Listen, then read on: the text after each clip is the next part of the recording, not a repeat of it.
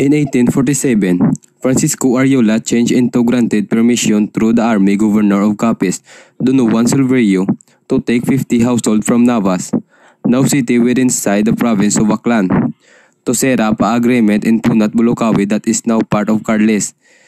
This area proved to be insufficient to meet the settlers for meals, so moved to the lowland that have become the existing municipality of Carles. The settlers developed in quantity and for meals, in order that they end up acute. In the letters, a part of 1852, Ariola commissioned Vicente Navales to search for an area with a higher meal supply.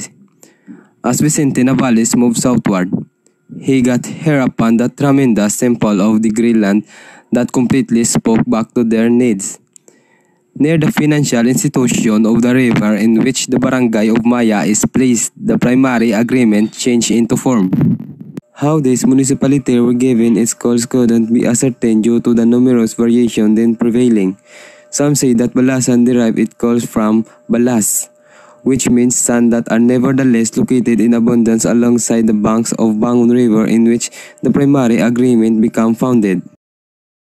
Ganson Filomeno Villanueva is a candidate for municipal mayor in the Philippines 1985 election.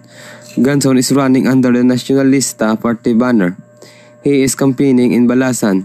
Ganson will be on the ballot as Ganson Pilo and the candidate is running for the position of municipal mayor.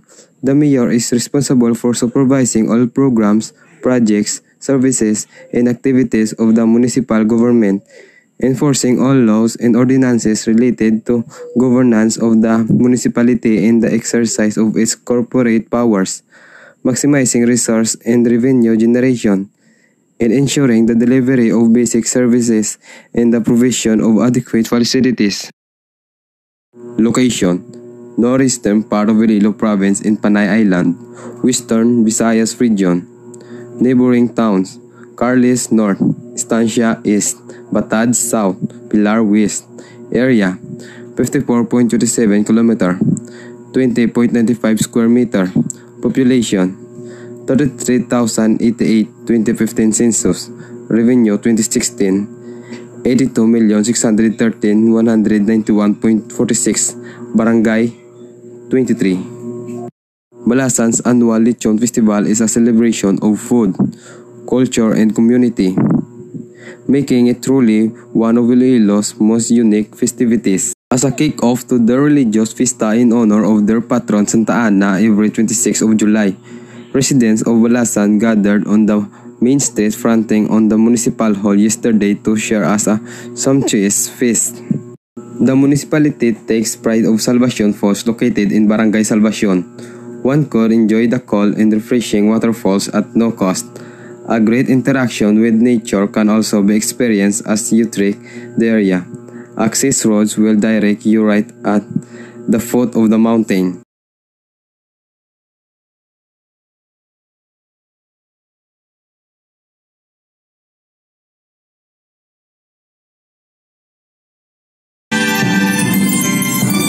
Balasan, banuang nabulahan, nakilala sang tanan sa kabantugan, sa pagpanikasok sang tanan nga pumuluyo, nakita pagsanyog nga ginapangayo. Balasan, ikaw amon sa landigan, hamili mo nga ngalan pangapinan. Ang imo kabataan may dungugid nga uligdan, ipabukal imo ngalan sa bilog nga kalibutan.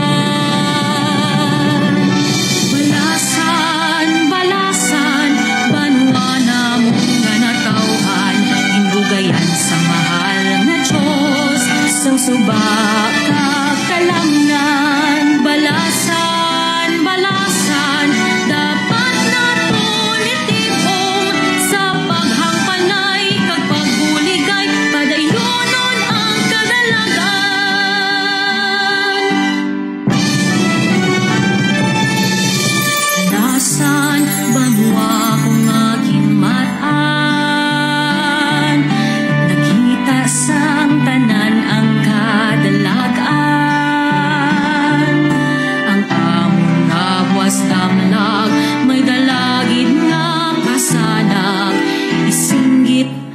balasan, banwa